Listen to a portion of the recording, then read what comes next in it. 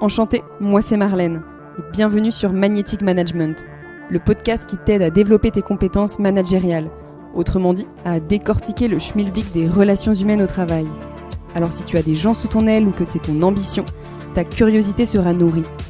Et surtout, si tu aimes casser les codes et comprendre les paradoxes que soulève cette fonction, alors abonne-toi, ce podcast sera ton meilleur allié.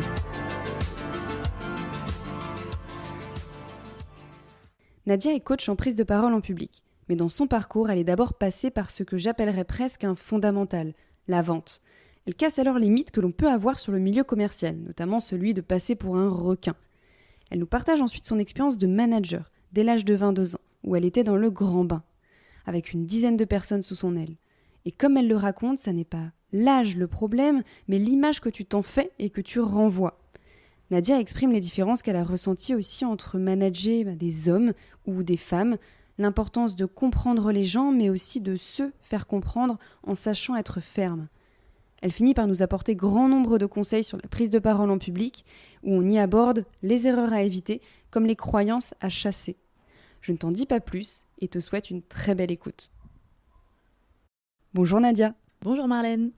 Je suis très contente de te rencontrer, puisque ça fait un petit moment qu'on échange à travers les réseaux sociaux, mais c'est toujours plus sympa de se rencontrer en face que derrière des écrans interposés. C'est vrai.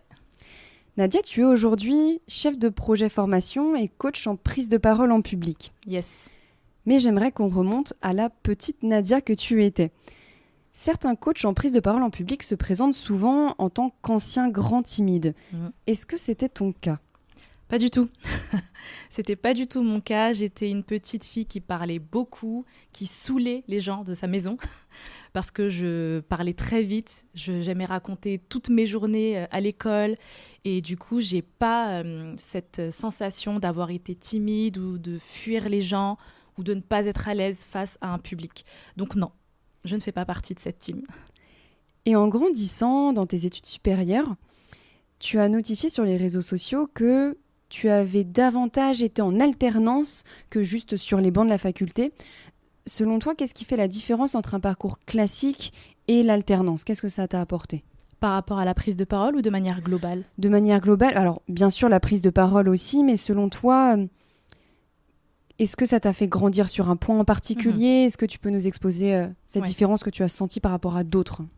Alors déjà, premièrement, je pense que ça nous aide à être plus en interaction avec les autres.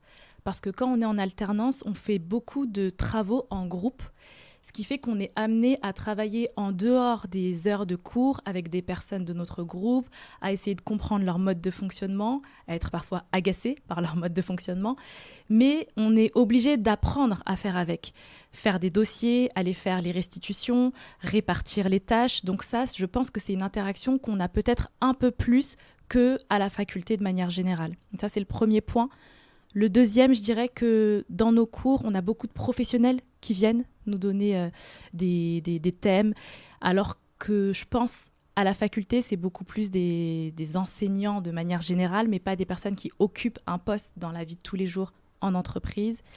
Et dernier point, c'est que quand on est amené à restituer des projets face à la classe, ça nous fait, disons, entre 40 voire plus de personnes qui se trouvent devant nous. Donc là, on va être habitué à restituer, à devoir parler devant un public. Et comme ça se fait sur quasiment toutes les matières et plusieurs fois en plus dans l'année, puisqu'on a plusieurs projets à suivre en équipe, eh bien forcément, on développe peut-être un peu plus cette appétence avec la prise de parole. Oui, finalement, comme tu le dis, il y a les interactions, mais il y a aussi des prises de parole par l'obligation de présenter des projets, alors que quand on est en faculté de manière plus classique, on est davantage concentré peut-être à 80% sur de l'écrit et seulement 20% sur l'aspect de l'oral. C'est ça. Puisque tu as fait quoi exactement comme étude, Nadia ? Alors moi, je suis un pur produit commercial. Je sors d'école de commerce, ça fait déjà quelques années maintenant. J'ai fait un master management commercial. Ok. Et qu'est-ce qui t'attirait dans la vente, dans le commerce ? Je pense que c'est le contact avec le client, premièrement, parce que pour moi, et c'est comme ça que je conçois la vente, pour être efficace quand je vends, je suis obligée de découvrir mon client. Et je ne peux pas le découvrir si je n'ai pas de feeling avec lui, si je ne m'intéresse pas à lui et que je ne lui parle pas un peu plus en profondeur qu'au-delà du simple produit ou service que j'ai envie de lui vendre. Donc ça, c'est le premier point. Et le deuxième point, j'aime beaucoup la performance, donc c'est le challenge, c'est les chiffres, c'est la compétition. Est-ce que tu avais des a priori sur la vente, puisqu'il y a pas mal de personnes, d'ailleurs que j'accompagne moi en parallèle, qui me disent « Non mais Marlène, la vente, j'ai peur de passer pour un requin, pour un forceur ». Toi, quels étaient un petit peu tes rapports à la vente, à tes débuts du moins ? Moi, j'aimais bien. J'aimais bien parce que pour moi, vendre, ça veut dire répondre à un besoin. Je sais que beaucoup de personnes se disent « je vais vendre quelque chose » et du coup, j'ai l'impression de forcer un petit peu la main, de vouloir à tout prix placer mon service, mais c'est pas ça. Pour moi, vendre, c'est je détecte un besoin en toi et je vois selon tout ce que je propose, qu'est-ce qui pourrait te correspondre. Ou alors, tu n'as pas encore émis le besoin. Et moi, en fait, mon objectif, c'est pas de te vendre quelque chose que tu vas mettre dans ton placard ou une solution qui ne va jamais te servir. C'est essayer de discuter avec toi pour voir en quoi je pourrais justement t'être utile. Et donc, si tu devais donner des conseils aux personnes qui vivent ces blocages par rapport au fait de se vendre, quels seraient-ils ? Je pense qu'il ne faut pas avoir d'a priori. Et c'est le premier point bloquant parce qu'on a beaucoup de croyances limitantes et finalement, c'est rarement le client qui nous bloque, c'est nous-mêmes qui nous bloquons. Et si on déconstruit un petit peu cette image-là et qu'on essaye de se dire c'est simplement une conversation où je m'intéresse à l'autre, où je discute avec lui, et c'est comme ça que je vais voir si au final j'ai des choses qui vont lui apporter ou au contraire se dire non, je lui apporterai rien et ce sera très bien aussi. C'est la discussion avant tout. Oui, et puis comme tu dis, c'est aussi de ne pas se placer au centre de l'attention puisque c'est l'autre qui a un besoin. Et généralement, quand on n'ose pas se vendre, c'est qu'on se dit j'ai tout à gagner ou j'ai tout à perdre. Qu'est-ce qu'on va penser de moi si je dis ceci, si je me comporte comme cela ? Alors que finalement, c'est l'inverse qui doit se produire. On se concentre sur l'autre à travers un maximum de questions. Ouais. Et plus on cible son besoin, plus on sait comment y répondre après derrière. Pour le c'est coup. Ça. Et je pense qu'il y a aussi la peur de l'échec dans la vente. C'est se dire, je vais aller voir mon client, mais ça se trouve, ça ne va pas marcher. Il s'en fiche de mon produit ou il s'en fiche de mon service. Mais en fait, ce n'est pas ça le challenge du truc. Parce que peut-être qu'actuellement, il s'en fiche. Mais si tu arrives à créer une bonne relation avec lui, le jour où il a le besoin ou qu'un de ses proches a le besoin, il va te contacter parce qu'il aura passé un bon moment avec toi. Et moi, c'est vraiment cette expérience client que je veux laisser en souvenir vis-à-vis des personnes avec qui j'ai parlé quand j'étais dans la vente ou même à qui je parle encore aujourd'hui. Est-ce que tu as vécu une situation complexe ou difficile dont tu te souviens qui t'a marqué dans la vente et où tu en es ressorti grandi, on va dire ? Ça me vient pas comme ça. Non, en tout cas rien qui ne m'ait marqué. Donc c'est peut-être aussi que tu es assez en accord avec le fait parfois que ça n'aboutisse pas. Ouais.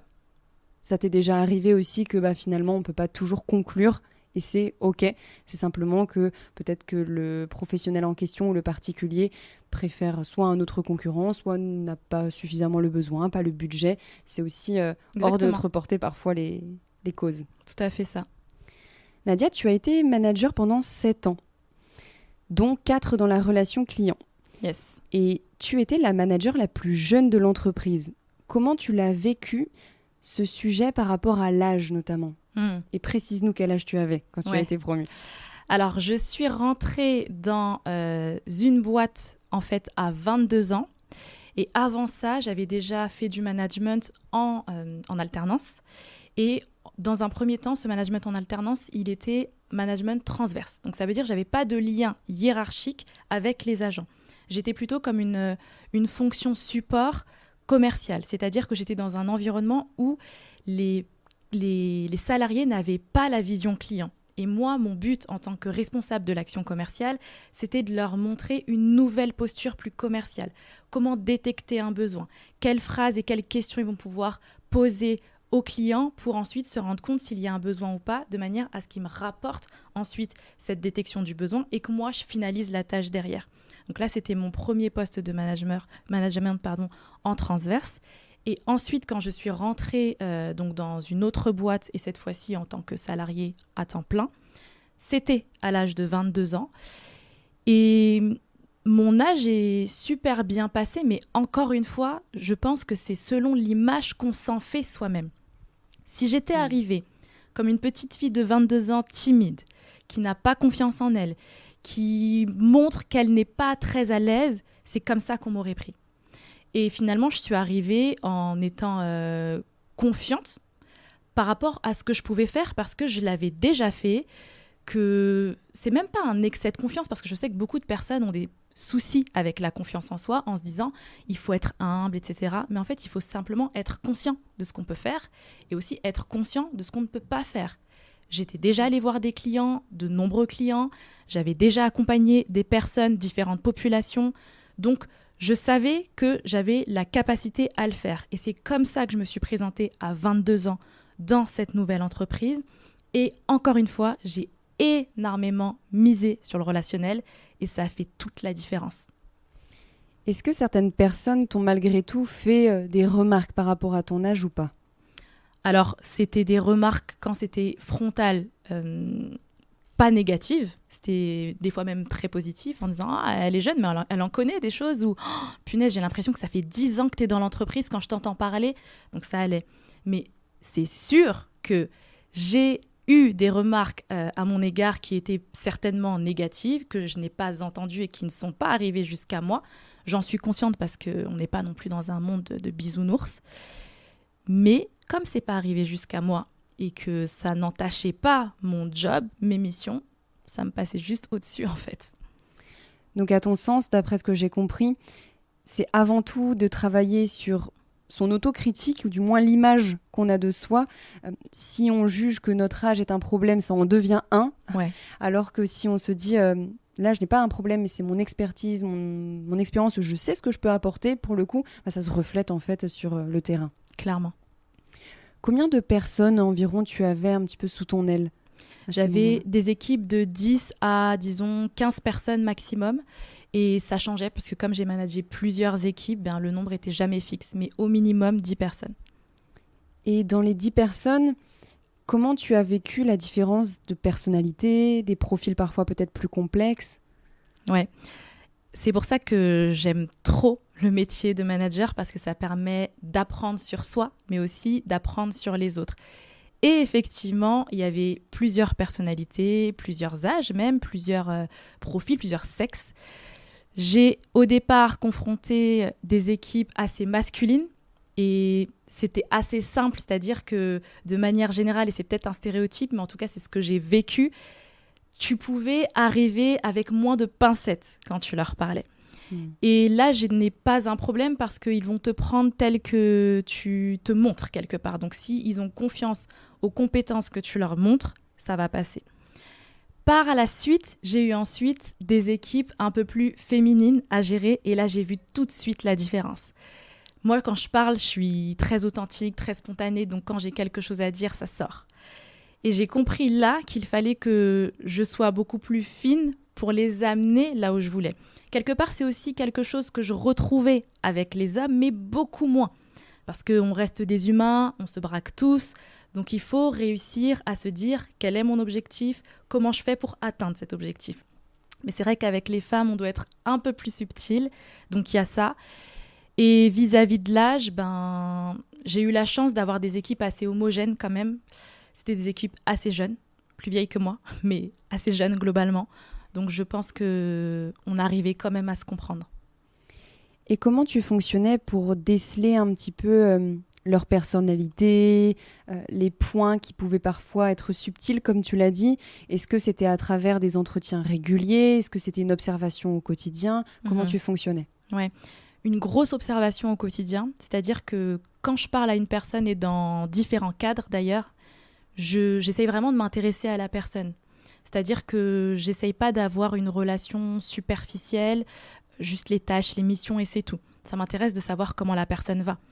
Quand je remarque que là, elle est plus calme que d'habitude, ça c'est quelque chose qui me frappe tout de suite. Enfin, j'ai un exemple en tête de ce matin.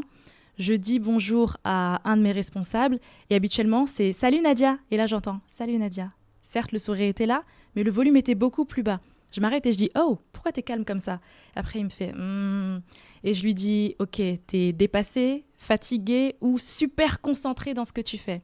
Et il me dit « C'est la deuxième option en fait. » Et du coup, c'est ça que je veux dire, c'est que c'est important de s'intéresser vraiment aux gens et pas leur parler juste pour une finalité pro ou pour le dossier que je dois boucler. C'est vraiment, je fais attention à ce que tu dis, à comment tu le dis, à la tête que tu tires.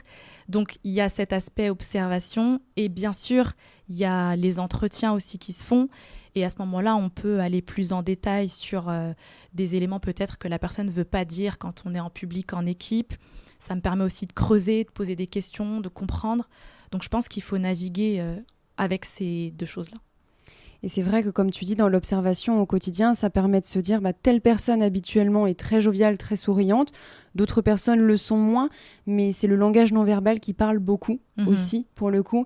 Et de pas seulement dire un bonjour, ça va pour dire bonjour, ça va, mais d'écouter la réponse et d'observer la personne dans sa façon de le dire aussi. Yes. Et c'est là qu'on arrive à capter un petit peu ces subtilités. Exactement.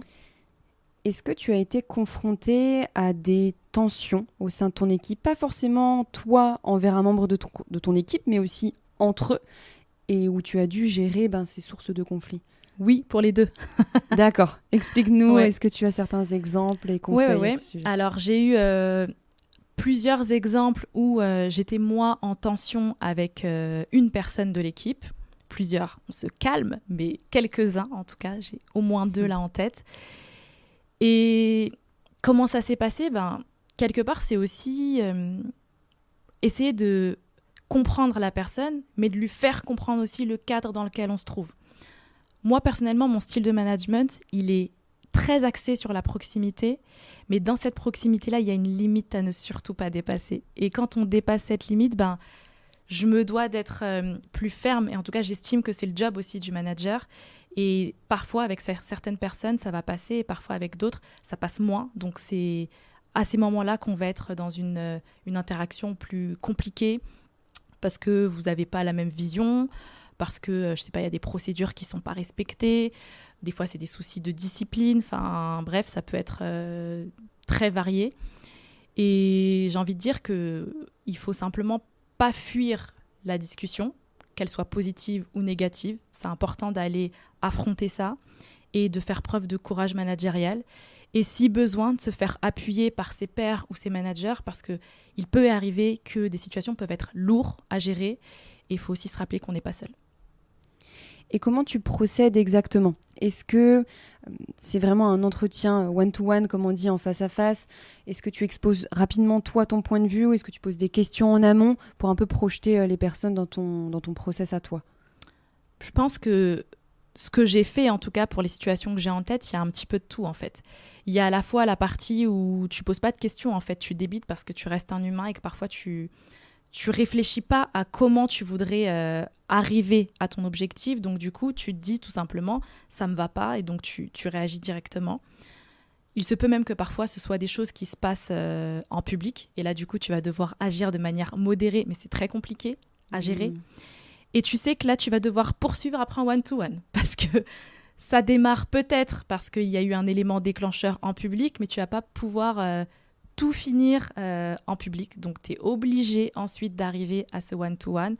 Et dans le one-to-one, peut-être que en tout cas, moi, j'ai pas eu toujours le réflexe de tout de suite aller dans le questionnement, etc. Mais à un moment donné où je sens qu'on est dans un dialogue de sourds, que la personne, elle comprend pas là où je veux en venir, eh bien là, c'est le moment où il faut que tu te taises, en fait. Et à ce moment-là, tu es obligé de laisser parler la personne pour soit essayer, toi, de comprendre ce qu'elle veut dire ou ce qu'elle pense ou ce qu'elle ressent même parfois, si jamais tu étais à côté de la plaque, ou soit aussi pour qu'elle se rende compte que ce qu'elle dit, ce qu'elle pense ou ce qu'elle ressent, c'est à côté de la plaque de là où toi, tu voulais en venir. Mais si on parle tout le temps, et qu'il n'y a pas cette pause à un moment donné, ni moi, ni cette personne-là pourront nous rendre compte de ça. De ne jamais en fait tomber dans ce monologue-là, que ce soit de ton côté ou de la personne qui est en face de toi, bien évidemment. Donc, comme tu l'expliques, face à un conflit, une tension, il y a une question de posture, mais il y a un mot que tu as utilisé, c'est de mettre des limites, le cadre. Bien sûr, il est mis généralement au tout début, mais comment tu le replaces de temps à autre? Puisque certaines personnes, naturellement, vont le respecter, ont compris les choses sur du long terme, et d'autres vont tester certaines limites. Est-ce que ça t'arrive de reposer le cadre d'une certaine manière? Comment tu fonctionnes? Ouais, je repose. Et toutes les occasions sont les bonnes. C'est-à-dire que Ça peut être en réunion et peut-être qu'il y a plusieurs personnes qui vont être concernées. Et donc là, c'est important que ce soit dit de manière collective. Ça peut être un cas isolé et là, ça ne sert à rien de saouler toute l'équipe en réunion. Il va falloir prendre la personne à part pour régler la situation. Ça peut être un coup de fil où la personne, elle veut te dire quelque chose. Et bien du coup, tu peux rebondir sur ça parce que la conversation, elle est en lien avec le cadre qui est dépassé et tu profites de cet appel. Franchement, je pense que toute occasion est bonne à prendre parce que plus tu tardes à reposer ce cadre, plus toi tu accumules et du coup, ton émotion, elle va être plus forte. Et quand ça va vraiment dépasser au max de ce que tu peux supporter, ça peut très mal sortir. Donc, je pense que toute occasion est bonne. Ça ne veut pas dire qu'il faut le dire en mode freestyle. Voilà, un humain reste un humain, mais je pense qu'il faut tarder le moins possible. Et quel est ton avis sur les amitiés, les liens qui peuvent se créer? Parce que forcément, comme tu l'as dit, on est humain. On peut avoir des feelings plus avancés avec certains par rapport à d'autres. Quel est ton avis là-dessus? Moi, je pense que, comme tu l'as dit, on est humain et je ne suis pas sûre qu'il faille avoir un autre visage et se dire je suis dans le cadre professionnel, donc du coup, je vais essayer de mettre une certaine distance, etc. Je sais que beaucoup de personnes fonctionnent comme ça. Moi, je prône beaucoup l'authenticité, donc c'est vraiment pas ma manière de fonctionner. Et c'est juste la vie, en fait. C'est pas parce que tu rigoles avec des personnes d'un sujet que tu vas être moins objective avec elles. C'est-à-dire, ce que j'attends du boulot, ça va être la même chose pour toutes les personnes de l'équipe. Mais maintenant, si tu as acheté des nouvelles baskets que je trouve trop belles et que j'ai envie de te demander où tu les as achetées, eh ben, je vais le faire. Je vais pas me dire « Oh non, ça va faire trop copain-copine ». Non. Non, bien sûr. Et puis, on est quand même les 3/4 du temps au travail avec ses collègues, son manager. Et forcément que les sujets sur le perso prennent parfois un petit peu de place. On peut parler de son mariage, d'événements qu'on a achetés, de son enfant qui est malade. Et en effet, de mettre une barrière trop stricte, ça peut couper ce lien de confiance où certaines personnes auraient envie un peu de te confier pourquoi ils se sentent comme ci ou comme ça. C'est ça. Tu répètes souvent aussi que ton but n'était pas de diriger, on va dire, les membres de ton équipe seulement orientés vers le résultat, mais qu'ils deviennent meilleurs. Comment tu procédais? En fait, j'étais pas focalisée uniquement sur le job en lui-même. J'essayais d'aller plus loin. Là, je te parle d'un métier de relation client, donc il s'agit de conseillers clientèle qui prennent du téléphone, qui conseillent des clients, qui vendent certains services, qui répondent à des problématiques ou qui font la même chose par mail, etc. Mais moi, je voulais qu'ils se développent eux-mêmes en tant que personnes. Donc, c'est-à-dire que je les incitais à prendre un rôle de référent dans l'équipe. Donc, en plus du job que tu vas faire avec tes clients, je faisais en sorte qu'ils puissent se positionner comme référent vente, référent satisfaction, référent digital. Et c'est aussi une forme de reconnaissance quelque part parce que tu es positionné vis-à-vis du reste du groupe. Et je te responsabilise. Donc du fait que tu te sentes responsabilisé, tu as envie en fait de bien faire. Et je te laisse choisir en plus ce domaine en question. C'est pas moi qui te l'impose. Je peux t'orienter, mais c'est toi qui le choisis au final. Et quand tu choisis ça, je t'aide à développer cette posture de référent. Donc forcément, tu vas devoir monter des actions, des ateliers, des challenges, porter la bonne parole autour de ton sujet. Et donc, on va beaucoup passer par de la communication orale, par rédiger des slides, par le fait d'aller les porter, aller convaincre des collègues, peut-être même aller présenter dans certains comités de pilotage, être interviewé par la com, être visible, tout simplement, autour d'une mission en plus de ton job en tant que tel. C'est cette importance finalement d'autonomie, mais aussi de responsabilisation, qui ait du sens à chacun, et que finalement, si demain ils ne font plus partie de cette boîte, ils auront appris différents pans en fait du métier qu'ils pourront reproduire après ultérieurement, quoi. Carrément.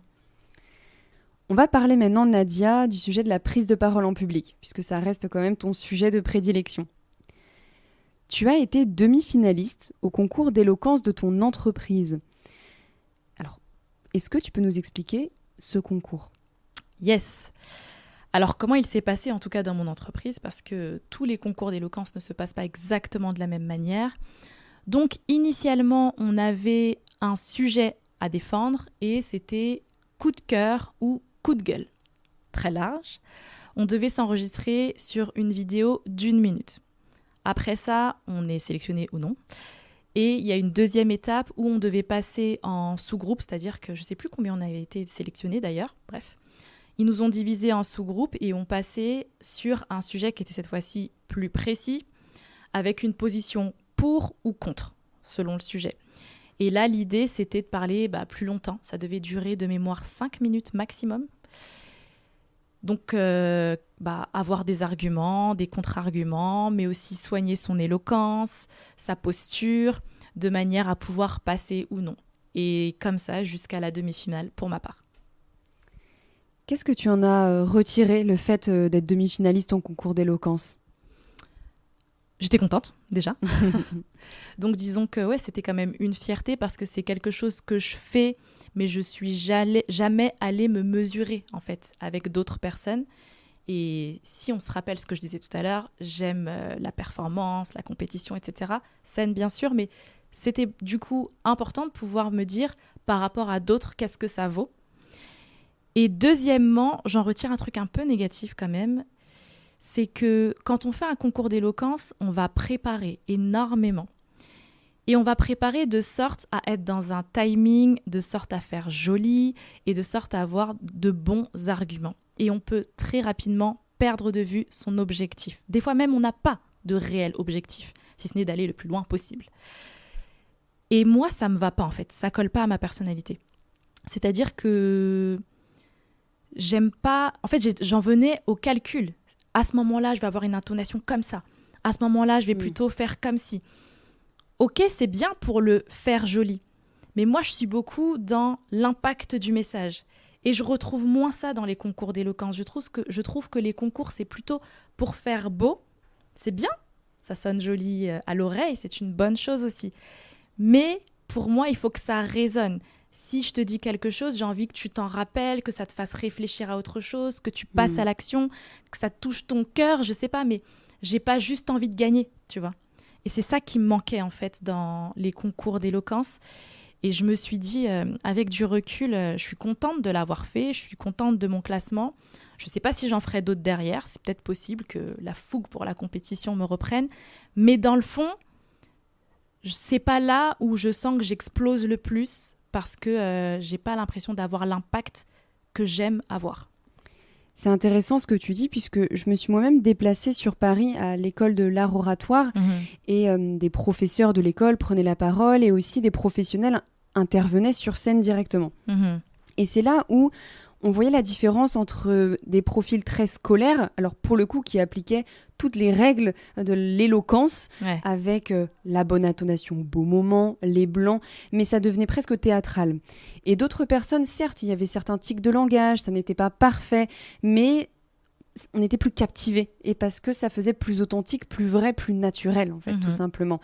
Donc les conseils sur l'éloquence sont bien à prendre, mais avec des pincettes où il faut quand même garder son soi, sa singularité par rapport à ce qui peut être fait, sinon on peut tomber dans une copie conforme ou être dans une norme et on ne se distingue pas, pour le coup. C'est ça.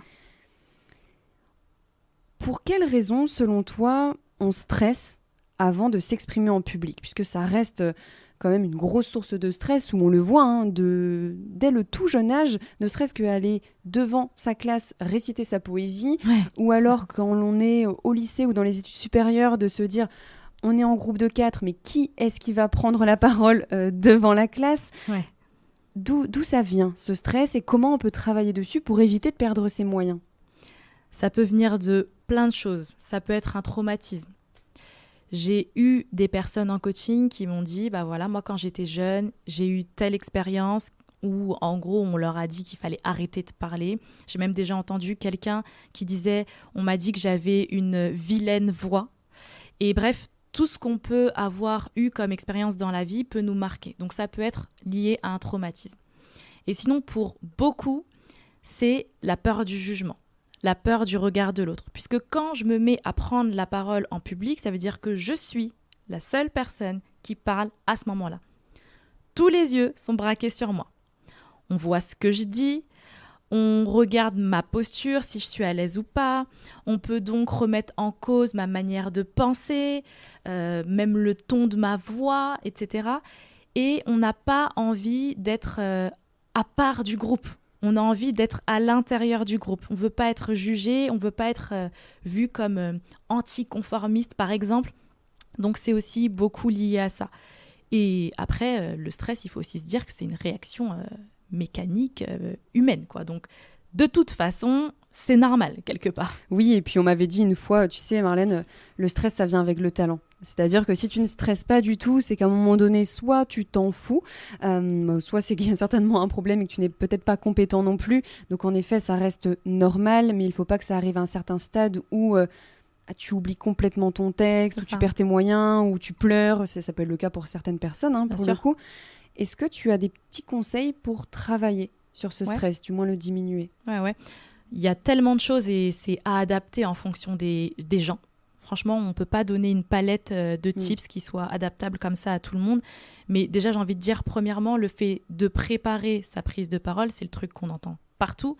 Mais ce qu'on ne dit pas, c'est de préparer dans les conditions dans lesquelles va se passer la prise de parole. Si je prépare chez moi dans ma chambre, que je suis en train de lire juste dans ma tête ce que j'ai envie d'aller dire, mais que je ne le dis pas avec ma voix, le jour J, peut-être que je vais me rendre compte que ça va être différent. Si je le prépare même avec ma voix en étant assise à ma table, mais que le jour J, je vais être debout devant 10 personnes qui me regardent, c'est peut-être différent, etc., etc. Donc déjà préparer, oui, parce que ça entraîne à avoir des mécanismes, à capter des choses qui peuvent être modifiables et du coup pour qu'on puisse se sentir plus à l'aise le jour J. Mais plus on répète dans des façons qui sont le plus proches du jour J, plus on se sentira à l'aise après. Oui, ça peut être avec un ami, avec un membre de sa famille.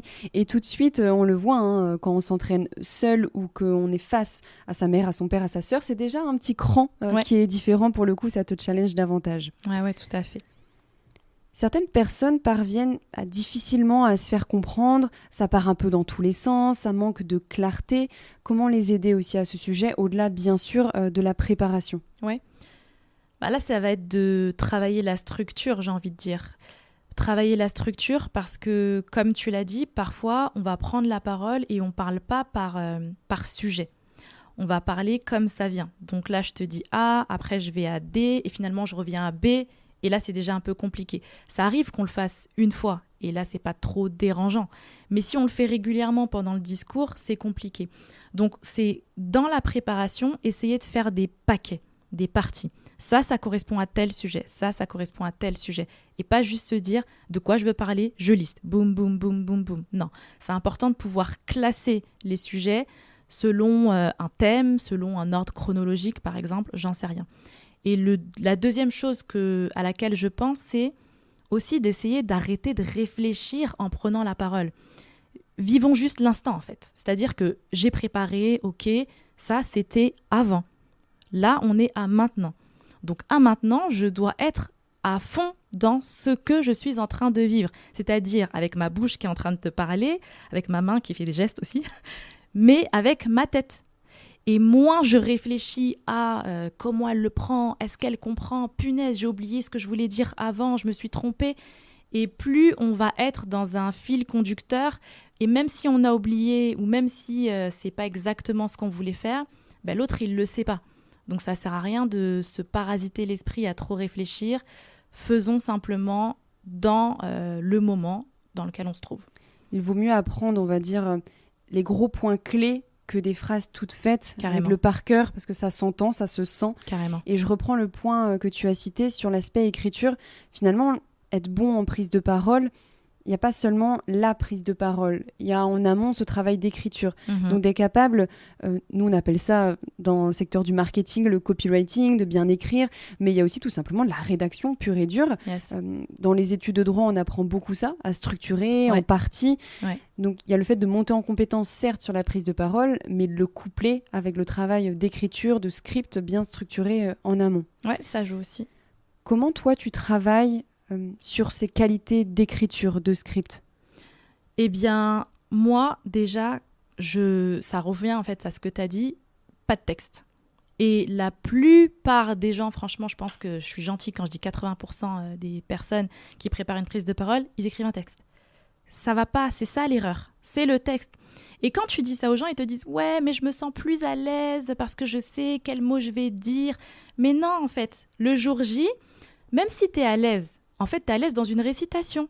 Et on n'est pas là pour que tu récites une poésie. Tu es là pour nous parler. Et maintenant, si tu oublies un mot, tu vas te dire « Ah non, c'est pas ça le mot que je voulais dire. » Et tu vas nous parasiter, en fait, dans le message que tu nous donnes. Alors que nous, on s'en fiche du mot que tu voulais dire. Nous, c'est le message qui nous importe. Donc, moi, personnellement, quand je prépare une prise de parole, et c'est ce à quoi je pousse les personnes que je coach, c'est-à-dire, déjà, j'écris tous mes points clés. Ok, j'ai les classes en partie, comme on vient de se le dire là. Et ensuite, c'est que des bullet points, en fait. Il se peut que j'écrive certaines phrases parce que je sais que c'est des punchlines. Donc, celle-ci, il faut que ça sorte exactement comme ça aura de l'impact. Ok. Mais si tout mon texte, je l'écris, là, je suis vraiment dans une récitation pure et dure. Et moi, je répète tout le temps, encore une fois, qu'en fait, on s'en fiche des mots, on s'en fiche de ce qu'on dit. D'ailleurs, je suis sûre qu'à la fin là, de ton podcast, on aura oublié par quoi j'ai commencé.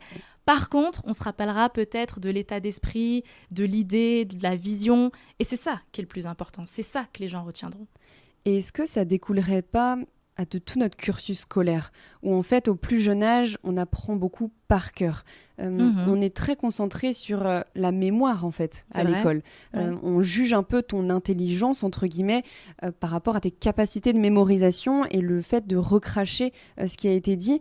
Et que ce soit à l'écrit ou à l'oral, dans le cadre d'une rédaction d'une lettre de motivation, d'une dissertation, on est tellement jugé par rapport à ça que le jour où on est dans le grand bain et on essaie de s'exprimer naturellement, on se dit mince, il n'y a rien qui a été anticipé en amont, est-ce qu'il y a une copie conforme, est-ce que je suis sûre de ce que je dis, parce qu'il n'y a personne qui a corrigé avant. Enfin, du moins, je me suis retrouvée au tout début, puisque j'étais très, très scolaire. Est-ce que tu penses que ça découle un peu de ça, quand même ? Ouais, c'est clair. Ça vient clairement de l'éducation qu'on a eue, de notre parcours scolaire. Et c'est le bain dans lequel on se trouve. Parce que, comme tu l'as dit, on commence avec beaucoup de récitation, beaucoup d'apprentissage, de par cœur. OK. Et en plus de ça, on apprend peu dans les écoles à s'exprimer en public. Donc, si c'est quelque chose qu'on t'apprend peu, eh bien, tu ne sauras pas comment le faire correctement, tu vas avoir peur quand tu vas le faire, tu vas peut-être le faire exactement comme quand tu écris, et non. Et ça commence un tout petit peu à évoluer. Tu vois, j'avais été dans un collège, mon ancien collège, où dès la 4e, 3e, ils simulaient des entretiens. Et il devait se filmer en vidéo, donc CV vidéo, puis après être face à des professionnels. Et j'avais trouvé ça incroyable, puisque je me disais, mais nous, on n'avait pas du tout ça avant. Donc si ça peut inspirer certaines écoles ou professeurs qui nous écouteront peut-être un jour, je trouve ça vraiment très chouette pour les élèves de se confronter dès le plus jeune âge à ces petits stress-là. Mais ils sont tellement fiers d'eux après quand ils en sortent derrière. Carrément. On parle souvent de discours impactants pour capter vraiment son auditoire. Pour toi, quelles sont les clés importantes d'un discours qui va susciter vraiment l'intérêt des gens ? La première chose à laquelle je pense, c'est le fait d'avoir un objectif. Et quand je dis avoir un objectif, ça ne veut pas dire je veux vous informer de la nouvelle procédure. Ce n'est pas un objectif. Un objectif, c'est qu'est-ce que j'attends de toi qui m'écoute ? Qu'est-ce que tu vas changer ? Soit changer en termes d'action, soit changer en termes de conviction, d'avis, de sentiment. Si je définis correctement mon objectif, que j'ai vraiment envie, moi, de l'atteindre, parce qu'il ne faut pas que ce soit juste « Bon, Nadia, demain, il faut que tu parles sur ça. » Et si moi, je trouve aucun intérêt à faire ça, je ne saurais pas incarner, en fait, cet objectif-là. Et pour moi, tout passe par là. Je définis correctement mon objectif. J'ai vraiment envie de le servir. Donc, j'incarne le message. Et quand je l'incarne, automatiquement, je suis beaucoup plus convaincante, beaucoup plus impactante vis-à-vis de mon public. Ça joue énormément. Deuxième point qui me vient rapidement, et ce ne sera pas du tout exhaustif, la posture, elle joue aussi. Ça revient à ce qu'on se disait tout à l'heure. Je suis arrivée très jeune en entreprise. Si je venais en mode timide, j'ai peur, je ne suis pas sûre de moi, c'est comme ça qu'on allait me prendre. Et je suis venue avec cette intention de montrer le potentiel auquel je croyais, parce que je l'avais fait et je savais que j'étais capable. C'est pareil. Il faut se présenter au public avec une posture assurée. Et forcément, le public va avoir l'image que tu renvoies. Et on dit justement souvent qu'il y a une part d'inné dans le charisme des personnes. C'est ça qui est assez paradoxal, où en effet, on a tous été confrontés à ce genre de situation, que ce soit à l'école ou dans la vie professionnelle, où certaines personnes, dès lors qu'ils entrent dans une pièce, au bout de quelques secondes, même s'ils n'ont pas ouvert la bouche, on sent que ça va être pertinent. Il y a un regard éveillé, il y a quelque chose, il y a une aura, comme on dit. Et d'autres personnes, on ne sait pas pourquoi, on est rapidement déconcentré. Est-ce qu'à ton sens, ça se travaille quand même malgré tout? Est-ce que ça reste inné? Quel est ton avis à ce sujet? Moi, je dis qu'il y a les deux. Il y a forcément de l'inné, mais c'est comme tout. Il y a des gens qui ont l'appétence, je sais pas moi, de faire de la gymnastique, ils sont souples. Ils sont souples, c'est bien. Mais ça ne veut pas dire que ceux qui sont pas souples pourront jamais être souples. Donc oui, il y a des gens qui ont un certain charisme naturel et c'est super pour eux. Il y en a d'autres qui l'auront pas et ces personnes-là pourront le travailler, vraiment. Et en plus de ça, on a la chance d'avoir un cerveau qui est influençable.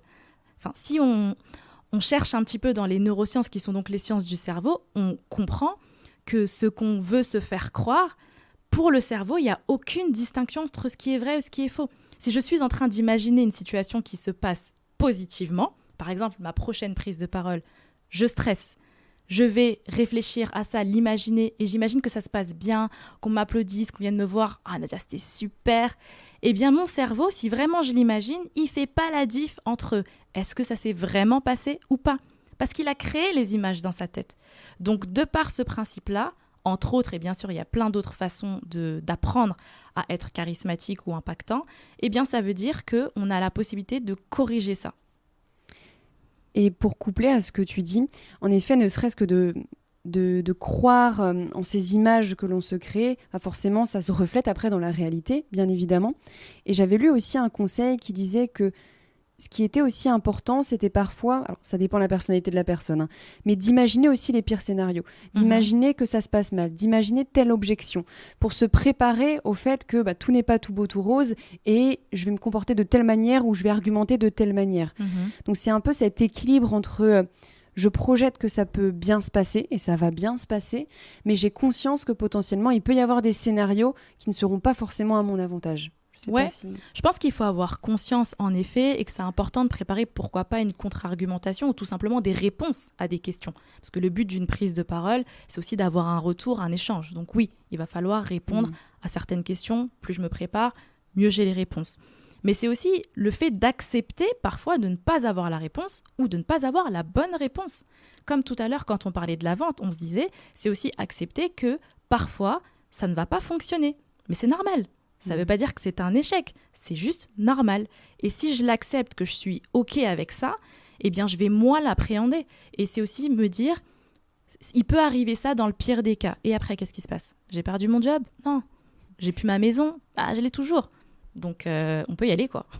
Et il vaut mieux toujours dire « je ne sais pas, je reviens vers vous, je vais me renseigner » que d'inventer et sortir quelque chose de son chapeau juste par prétention ou ego, de se dire « je sais tout », alors que non, personne ne sait tout, bien évidemment. Et au-delà des conseils sur ce qui peut être bien à mettre en application, si tu devais citer 2 ou 3 choses rédhibitoires, justement, à éviter de faire pour une prise de parole, ce serait quoi selon toi ? Alors, la première, on en a parlé, pas préparé. Venir en freestyle, ça se voit. En tout cas, quand on manque de compétences, ça se voit terriblement. Si c'est un exercice que tu pratiques régulièrement, tu peux venir à l'improviste. Ça peut le faire, ça peut marcher. Mais commençons par le commencement. Donc, ne pas venir avec 0 préparation, première chose. Deuxième chose, je dirais dire quelque chose en quoi je ne crois pas. Ça se voit aussi. Tout à l'heure, je parlais d'incarnation, je parlais d'impact. Si je viens... Ça se voit beaucoup en plus en entreprise, j'ai plusieurs images en tête. Si je viens te servir un message auquel je ne crois pas, ça se ressent. Donc, c'est pas bon. Soyons authentiques, venons avec ce que nous sommes, ce que nous pensons. Troisième chose, j'aurais peut-être presque dû le mettre en premier parce que c'est incroyable le nombre de personnes qui font cette erreur. Venir avec un vocabulaire qui n'est pas habituel. Les gens se disent, je parle en public, les gens m'entendent. Peut-être, potentiellement, il y a des directeurs où je ne veux pas qu'on me juge, tout simplement. Donc, je vais parler avec des par ailleurs, par conséquent, mais c'est pas comme ça que je parle habituellement. Donc, on ressent qu'on est dans quelque chose de surjoué, comme tu le disais tout à l'heure par rapport au concours d'éloquence, ou même si c'est quelqu'un qui nous connaît, qu'on ne parle pas comme d'habitude, donc les autres vont se dire « mais qu'est-ce qu'elle est en train de nous faire ?» Le message ne passe pas, il y a un parasite. Donc, parlez comme vous parlez au quotidien. C'est chouette ce dernier conseil que tu donnes parce que c'est vrai qu'on l'observe souvent en entreprise où un directeur, par exemple, va parler parfois d'une manière différente entre son salarié et quelqu'un qui est un grade au-dessus de lui. Et pareil, parfois en réunion, il n'y aura pas le même comportement, ou du coup, on sent ces masques-là et on les voit en fait. Oui. Tu peux pas, à un moment donné, les masques tombent, comme on dit. C'est flagrant. Et je pense que les gens, ils pensent que c'est la norme. Donc c'est pour ça qu'ils ont aussi envie de reproduire ces masques-là qu'ils voient. Mais quand on réfléchit bien, si je demande à n'importe quelle personne de penser à l'une ou les personnes qui ont été le plus inspirantes pour eux, eh bien, ce sera toujours des personnes qui font preuve de personnalité, d'authenticité, qui ont quelque chose de différent des autres. Donc, c'est la réponse à « non, je ne dois pas porter un masque ».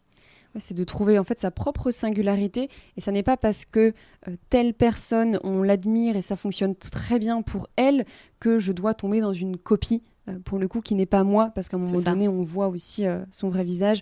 Chasser le naturel, il revient au galop et ton naturel va forcément déplaire à certains mais plaire à d'autres, donc tu attireras aussi les bonnes personnes selon comment tu es. Exactement. Est-ce que tu as en tête une expérience qui t'a touchée, de personnes que tu as accompagnées, où la personne a eu un certain déclic? Ouais, j'en ai plein en fait, parce qu'on ne se rend pas compte, mais les gens ont de sacrées histoires. Histoires de vie, j'entends. C'est-à-dire que quand elles se présentent à moi, je me dis forcément qu'elles ont une problématique, puisqu'elles me contactent, mais je n'ai pas idée à quel point ça peut être profond. Et j'essaye, dans la mesure du possible, de ne pas rester en surface sur la prise de parole en tant que telle, mais j'essaye de creuser et d'aller plus loin parce que j'aime beaucoup le développement personnel. Donc là, c'est un truc que je fais parce que j'aime bien, quoi, tout simplement. Et je me rends compte que ces personnes-là, elles ont un potentiel monstre ou quelque chose qui les a traumatisées alors qu'en fait, elles peuvent faire 4 fois plus. Enfin, elles ont une vraie vie, quoi. Enfin, je me dis, waouh! Et quand juste le fait qu'elles s'en rendent compte, parce que c'est ça, en fait, le plus difficile, ces personnes-là, elles ne s'en rendent pas compte. Moi, je le vois de l'extérieur. Mais elles ne s'en rendent pas compte. Et le jour où elles me disent « Ouais, c'est vrai, t'as raison en fait. C'est moi qui me bride. En fait, je pourrais faire bien plus que ça. Je peux aspirer à mieux, je mérite mieux. » Je me dis « Punaise, on a tout compris, on y est. » Et limite, c'est encore plus important que la suite en fait. Parce que c'est le déclic qui va tout changer. En fait, là, tu vas plus dans un coaching en profondeur par rapport à un coaching en surface où, certes, il y a de la théorie sur la prise de parole en public, mais à chacun, ses peurs profondes, ses causes profondes. Et c'est là où il faut essayer de trouver ce petit point-là en creusant. Donc, je dirais que ça va presque de pair avec le développement personnel, la psychologie de l'humain, puisqu'on a tous nos propres blocages à essayer de soulever derrière. Et après, tu crées le propre déclic chez la personne. C'est ça. Quelles sont, Nadia, les personnes qui t'inspirent sur les sujets de la prise de parole ou du leadership, du développement personnel? Franchement, si je te donne une réponse, ce sera une réponse cliché parce qu'en réalité, c'est toujours les mêmes noms qui reviennent et c'est des noms que j'aime bien. Donc, ce sera les Oprah, ce sera les Barack Obama. Je les aime bien, mais c'est pas non plus des personnes où je me dis « Waouh, vraiment truc de fou !» Tu vois. En fait, je pense que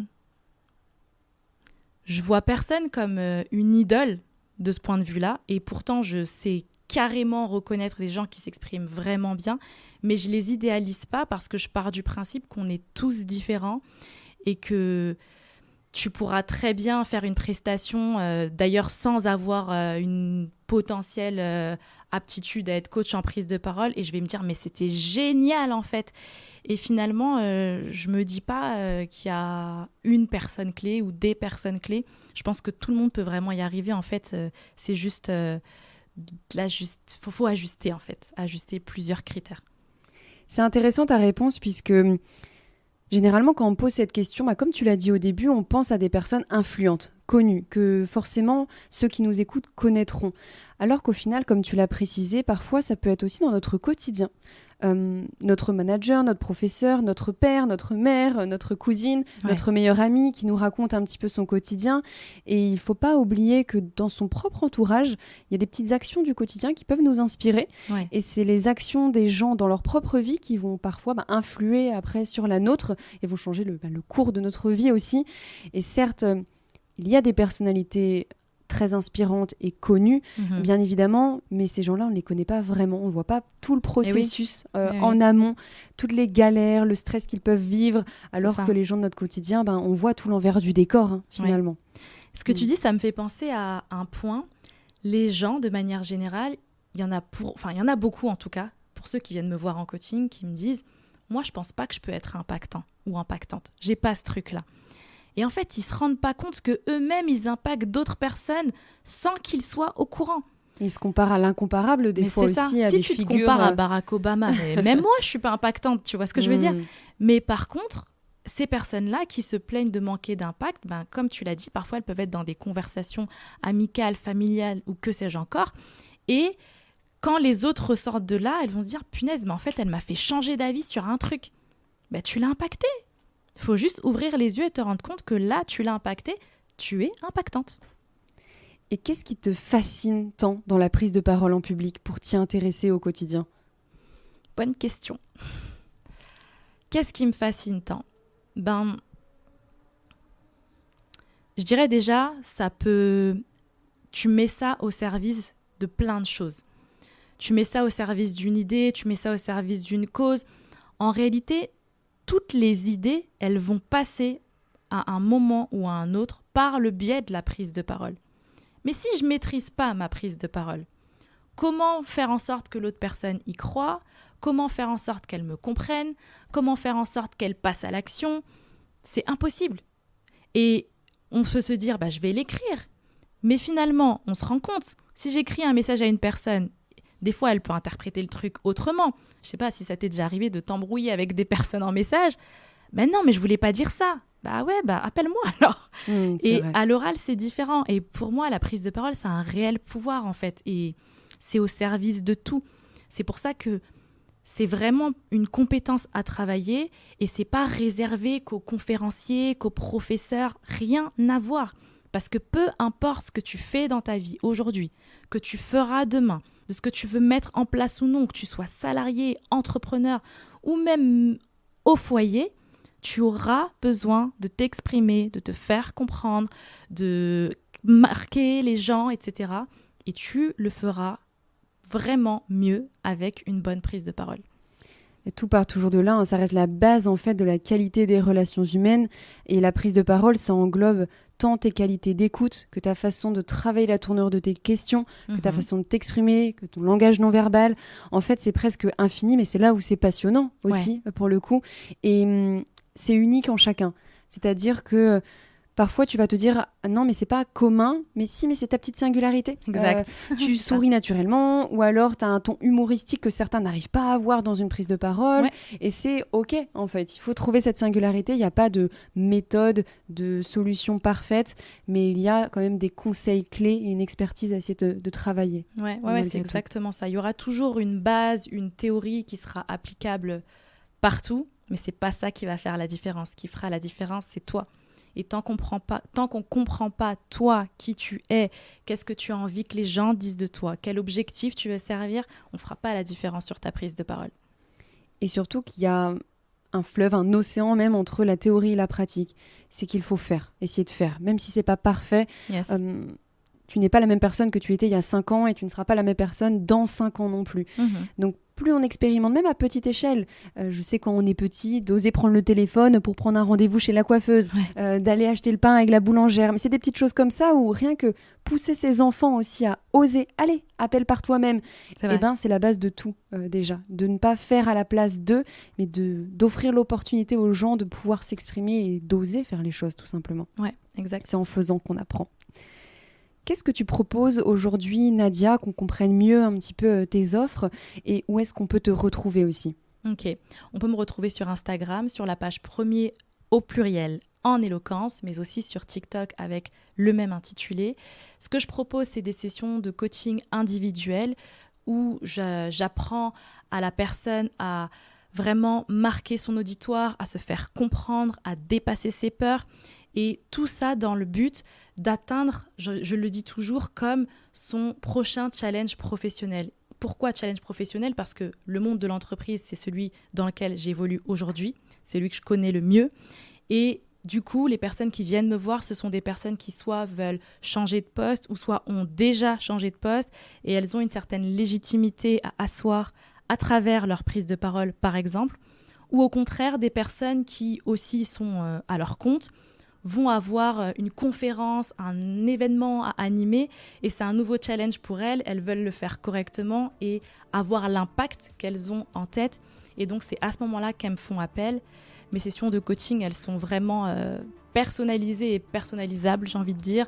C'est-à-dire que ça peut être à la carte jusqu'à 1000 séances en fonction du besoin et que je m'adapte à la personne parce que, tout comme ce qu'on a dit tout à l'heure, la singularité avant tout, je ne parlerai jamais comme toi, tu ne parleras jamais comme moi et c'est normal. Et pour autant, on pourra être impactantes toutes les deux.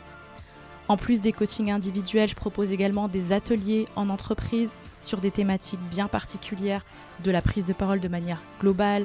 Ça peut être les fondamentaux, ça peut être le storytelling, ça peut être impactant et authentique à l'oral, c'est très vaste. J'interviens aussi en école, là bientôt, et c'était aussi le cas l'année dernière dans une école de commerce, pour préparer des étudiants à un concours d'éloquence. Et j'ai envie de dire peut-être que la liste s'allongera avec le temps. Eh bien, je l'espère. Et on arrive à la fin de cet épisode. Si tu devais, Nadia, donner un conseil aux personnes qui nous écoutent, que ce soit des managers ou non, ce serait lequel ? Restez vous-même. Restez vous-même. En fait, c'est presque attendu que je dise ça, je pense, avec tout ce que j'ai dit précédemment. Parce que je crois vraiment en l'humain et je pense aussi qu'on est tous différents. Et plus je montre mon unicité, plus je montre ma singularité, plus je me distingue, plus on va pouvoir me reconnaître et mieux je me sentirai aussi. Donc soyez vraiment vous-même, c'est comme ça qu'on se rappellera de vous et que vous inspirerez les autres.